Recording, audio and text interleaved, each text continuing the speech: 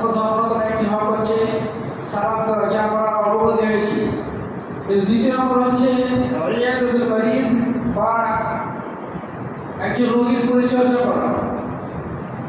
এই রোগীর পরিচর্যা করার আগে মানুষকে রোগ হওয়া বা বিপদ আসা বা বিভিন্ন ধরনের সমস্যা আসা এর কিছু কারণ রয়েছে।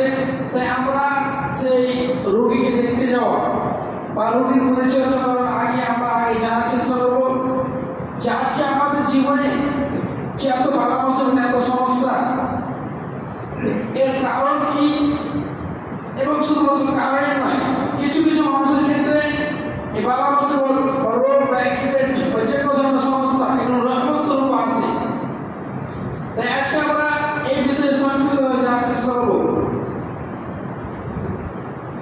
প্রথমে অনুরোধ করবো যে যারা আসছে নামাজ পড়তে আপনারা সকলেই কাতারগুলো পরিপূর্ণ করবেন, তারপরে পিছনে বসবেন। যেহেতু পিছনে মানুষ আসছে, সমস্যা হচ্ছে, প্রথমে সামনে জায়গাগুলো একটু দেখে ফাঁকা জায়গাগুলো বসবেন, তারপরে পিছনে বসবেন। তো আমার যেটা বলার উদ্দেশ্য যে আজকে আমি বলবো যে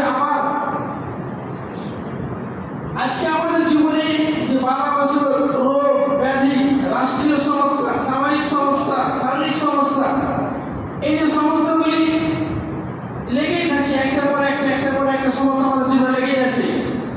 কিন্তু আপনি তো কোরআন এবং সুন্নাহ অধ্যয়ন করেন, বুঝতে পারবেন যে আপনি এটা সাধারণত এমনি আপনার উপরে বিপদ এলো, বিপদ চলে গেল এরকম নয়। প্রত্যেকটা বিপদের পিছনে, প্রত্যেকটা সমস্যার পিছনে অবশ্যই কারণ রয়েছে। আমি আমার জানা মতে আপনার জীবনে সমস্যা আসার বা আপনার জীবনে বিপদ আসার প্রধানত দুটি কারণ আছে আমার জানা মতে, আরো অন্য কারণ থাকতে পারে, কিন্তু প্রধানত দুটি কারণ থাকতে পারে।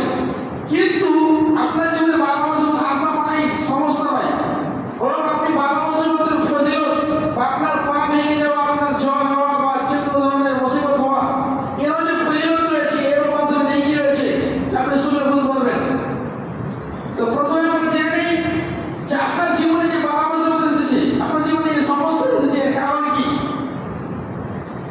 এই সম্পর্কে আল্লাহ তাআলা সূরাতুশ শুরা আয়াত 30 এর মধ্যে বলেছেন যে ওয়া মা আসাবাকুম মিন মুসিবাতিন, যে সমস্ত বিপদের মধ্য থেকে যে বিপদগুলি তোমাদের উপরে অর্পণ করা হয়েছে বা তোমাদের উপরে বিপদ এসেছে, ফাবিমা কাসাবাত আইদিকুম, এই বিপদগুলি বা এই সমস্যাগুলি সবগুলি তোমাদের কারণে বা তোমাদের হাতের কামাই। আজকে আপনি দেখছেন যে রাষ্ট্রীয় সমস্যা বলেন, সামাজিক সমস্যা বলেন বা শারীরিক সমস্যা বলেন, এই সমস্ত সমস্যাগুলি আল্লাহ তাআলা বলেছেন ফাবিমা কাসাবাত আইদিকুম, এই বিপদগুলি আসে আপনার হাতের কামাই বা আপনার ভুলের কারণে আপনার উপর বিপদ এসেছে। আপনার পা ভেঙে গেল, আপনি অ্যাক্সিডেন্ট হলেন, আপনার পর্যবেক্ষণ করা উচিত যে আপনার মধ্যে ভুল কি রয়েছে। আল্লাহ তারপরে বলছেন যে ওয়ায়াফু আন কাসীর, বরং আল্লাহ তাআলা অধিকাংশই ক্ষমা করে দেন। অর্থাৎ আপনার জীবনে যে বিপদ এসেছে, এই বিপদ আল্লাহ তাআলা আপনার কিছু পাপের ফলস্বরূপ আপনাকে এই বিপদটা দিচ্ছে, এবং সমস্ত পাপের ফলস্বরূপ আপনাকে দুনিয়াতে এই শাস্তিগুলো দেয় না। ওয়ায়াফু আন কাসীর, বরং অধিকাংশ গুনাহগুলিকে ক্ষমা করে দেন। তারপরে কিছু কিছু পাপের জন্য আল্লাহ তাআলা আপনাদের সমস্যায় ফেলেন, যাতে আপনি ফিরে আসেন। এই ফিরে আসা শব্দটি আরেকটি আয়াতে স্পষ্ট হবে, যে আল্লাহ তাআলা বলেছেন সূরা রুম আয়াত নম্বর 41 এর মধ্যে, যাহারাল ফাসাদু ফিল বাররি ওয়াল বাহর, যে দুনিয়ার মধ্যে যে এত ফাসাদ, এত সন্ত্রাস, এত সমস্যা, এই যে পৃথিবীতে চলছে, ফাবিমা কাসাবাত আইদিন নাস, এইগুলি সমস্ত কারণে একমাত্র কারণ হচ্ছে মানুষের হাতের কামাই। আমরা শুধু একটা কথা বলি যে তুমি তোমার বিপদটা নিয়ে এসেছো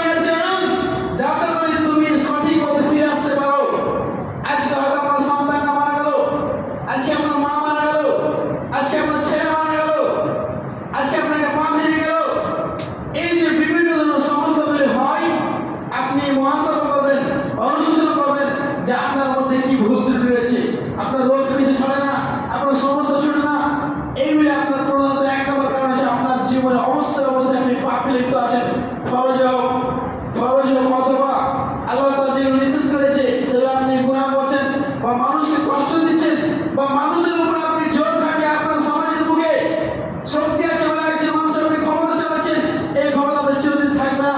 এই যে আপনি ক্ষমতাগুলি চালিয়ে মানুষের উপরে নিষ্পেষিত করছেন, এইগুলি আপনার দেখার বিষয় আছে। এইগুলির জন্যই আমরা ফেরাউনের ইতিহাস জানি যে ফেরাউনকে আল্লাহ তাআলা অনেক সুযোগ দিয়েছিলেন, কিন্তু সে ফিরে আসেনি, শেষ মুহূর্তে আগে পানিতে ডুবিয়ে মেরেছিল। এই জন্য আজকের যুগে যারা মাস্তানি করে, আজকের যুগে যারা সমাজে নিষ্পেষিত করে, তাদের পরিণাম খুব একটা ভালো হবে না। এই কথা আল্লাহ তাআলা বলছেন যে তোমাদেরকে আমি দুনিয়াতে ছোট ছোট আযাব দিয়ে থাকি, কেন দুনিয়ার আযাবের আকবারে বড় আযাবের পূর্বে ছোট ছোট আযাব দিয়ে থাকি, যাতে করে তোমার কবরের আযাব না হয়, যাতে করে তোমার কেমন আযাব না হয়, জাহান্নামের আযাব না হয়, লাআল্লাহুম ইয়ারজিউন, তার আগে যাতে করে তোমরা ফিরে আসতে পারো সঠিক পথে। আমরা সংক্ষিপ্তভাবে জানলাম যে প্রধানত মানুষের উপর বিপদ আছে তার পাপের কারণে। আপনি আপনার জীবনটা দেখবেন যে আপনার পাপ আছে।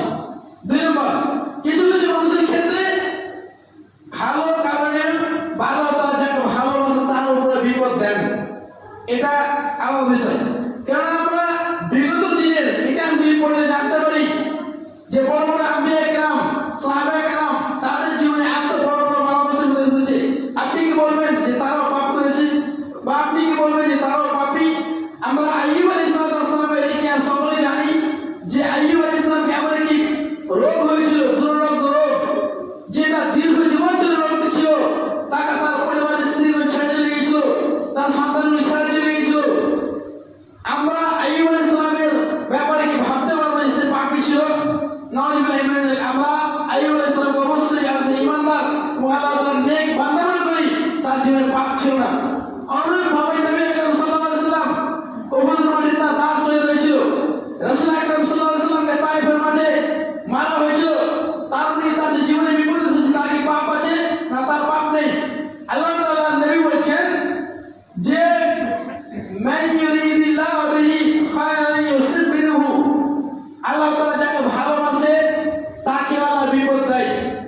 অর্থাৎ আমরা দুটিকে সমন্বয় করে বুঝতে পারি যে একজন মানুষের উপরে বিপদ আসছে, সে কিভাবে বুঝবে যে আমার পরীক্ষা নাকি আমার শাস্তি, পরীক্ষা নাকি শাস্তি। একজন মদখোর, জিনাখোর এবং লোকের মাল মেরে খাওয়া ব্যক্তি যে পাপে লিপ্ত আছে, সে অবশ্যই তাকে ভাবতে হবে যে তার পাপের কারণে তার জীবনে সমস্যা এসেছে। কিন্তু একজন ব্যক্তি দিচ্ছে আমি তো 5 ওয়াক্ত নামাজ পড়ি বা আমি ফরজ ওয়াজিব আদায় করি, তারপরে আমার জীবনে সমস্যা ছুটে না, আপনাকে মনে রাখতে হবে আপনার জীবনে এটা পরীক্ষা। অর্থাৎ পাপী লোকদের জন্য আল্লাহ তাআলা দুনিয়াতে শাস্তি এবং নেক লোকদের জন্য দুনিয়াতে আল্লাহ তাআলা পরীক্ষা। অতএব নবীদের ইতিহাস বা সাহাবীদের ইতিহাস পড়লে আপনি বুঝতে পারবেন যে মুসআব বিন উমাইর একদিন ঘটনা শুনেছিলাম যে মুসআব বিন উমাইরকে কাফেররা হত্যা করেছিল, এটাও তার জন্য বিপদ। কিন্তু সেই পাপী আপনি বলবেন সে পাপী ছিল না। অবশ্যই নেক লোকদের জন্য জ্বর হওয়া বা যে কোনো বিপদ হওয়া বা পা ভেঙে যাওয়া, যে কোনো রোগ হওয়া, এগুলো নেক লোকদের জন্য পরীক্ষা এবং পাপীদের জন্য শাস্তি। এবারে যে আমরা যে বালা মুসিবতের কিছু ফজিলত রয়েছে, আপনার পা ভেঙে গেছে বা আপনার জ্বর হয়েছে, এগুলোর কিছু ফজিলত রয়েছে। একজন মানুষ যদি এগুলো না জানে তাহলে জীবনে সে সফল করতে পারবে না, জীবনে তার শান্তি আসবে না।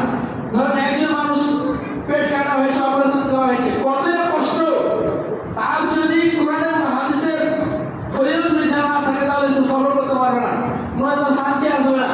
পেট কাটা মানে শাস্তি বা কষ্ট হচ্ছে, তার যদি কোরআনের সুন্নাহ জানা না থাকে তাহলে সে হতাশায় পড়ে যাবে যে আমার মতো সমস্যা কেউ নাই, আমার মতো ঝামেলা কেউ নাই। কিন্তু আপনি যদি ফজিলতগুলো শুনেন, ভালোবাসা বলতেন, তাহলে আপনি বুঝবেন যে ভালোবাসা হলেই ভালো। এবার আমি